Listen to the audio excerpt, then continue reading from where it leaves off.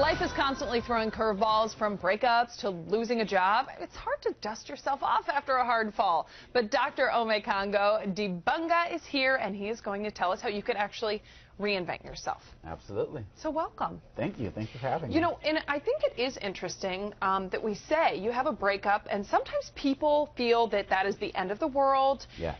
And life is over, but that's not the case. That's not the case. And that's one of the challenges that so many of us have in life, is that we give up after the first try. I mean, you take any basic sales class, they say you seal the deal after the 6th or 7th call, right? But we have to realize that if something happens, a failure, we are not the failure. Failure is an event, not a person. And all failure stands for, F-A-I-L, it's first attempt in learning.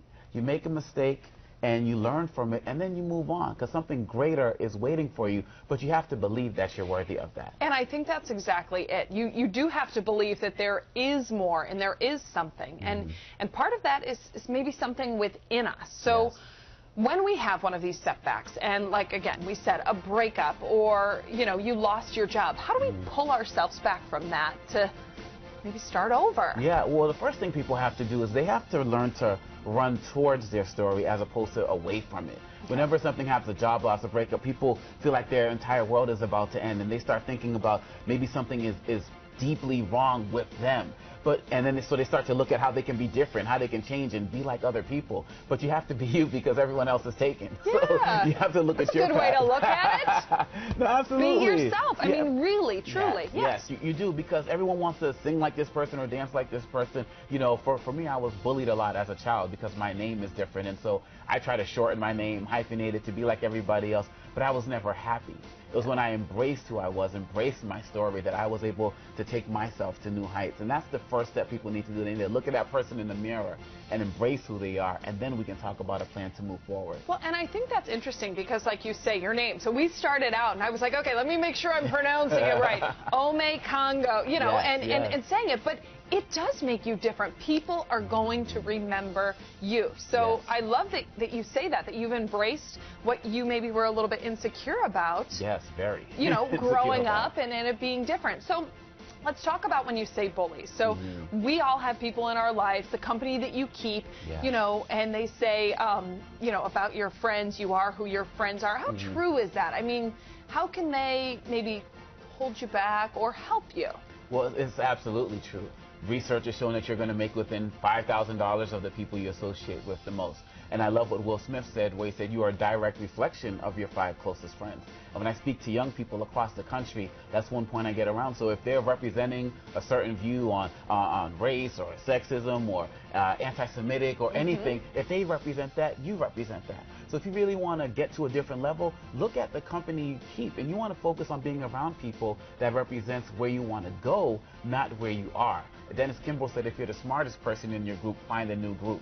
So don't get comfortable with the people around you. Always reach for new heights. And I think that's telling, because you do. I mean, I challenge you at home just to kind of think about that, because as you're saying this, I'm thinking, who are my 5 closest friends? Okay, my one girlfriend, she's my sister. I really, But I think that is something interesting to really think about and know that those people are going to build you up, or not build you up so much. So let's talk about reinventing yourself. How do you do this? First thing you have to do is you have to take an assessment. You have to make a list of what's working for you, as well as who's working for you, and well as who's not working for you. John Leslie said you need to see who you can count on and who you can count out. That's the first step. You make a to-do list and you make a not to-do list. You say, when I do A, this works for me. My wife and I, we run several yoga studios throughout the area, and people are always talking to us. Well, when I miss class, that's when I feel the most uncomfortable with my body, or even in my mental state. Well, so you have to start doing more yoga. You have to start coming back more. So if you know that your diet is a challenge, and you know that you haven't been eating properly, well, you know that I have to start getting my to-do list better to really make sure that every single day I'm looking at the things that I'm doing wrong, and I'm focusing on how I can make those better. But you also have to watch the things that you put into your head.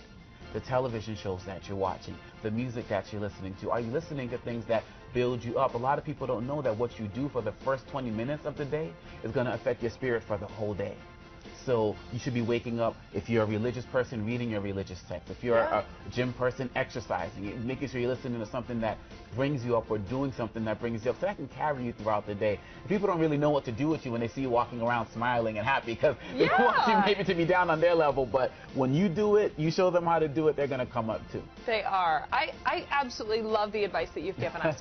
And I want to say thank you for coming in here, but this is your book. Yes. Where can we find this book? Yes, the book is available online everywhere books are sold, so Amazon, Barnes & Noble's, GROW, Grow Towards Your Greatness. Great. You know what, I have to say thank you so much for coming in, and I think this is a great, you know, a great reminder to look a little bit deeper and find ourselves, our true selves. Absolutely. We're all born with greatness, but we have to bring it out. We're going to make those lists of our 5 friends, and I'm going to be checking it twice. Thank you so much for coming in. I appreciate it. We will have more of Let's Talk Live coming up after the break.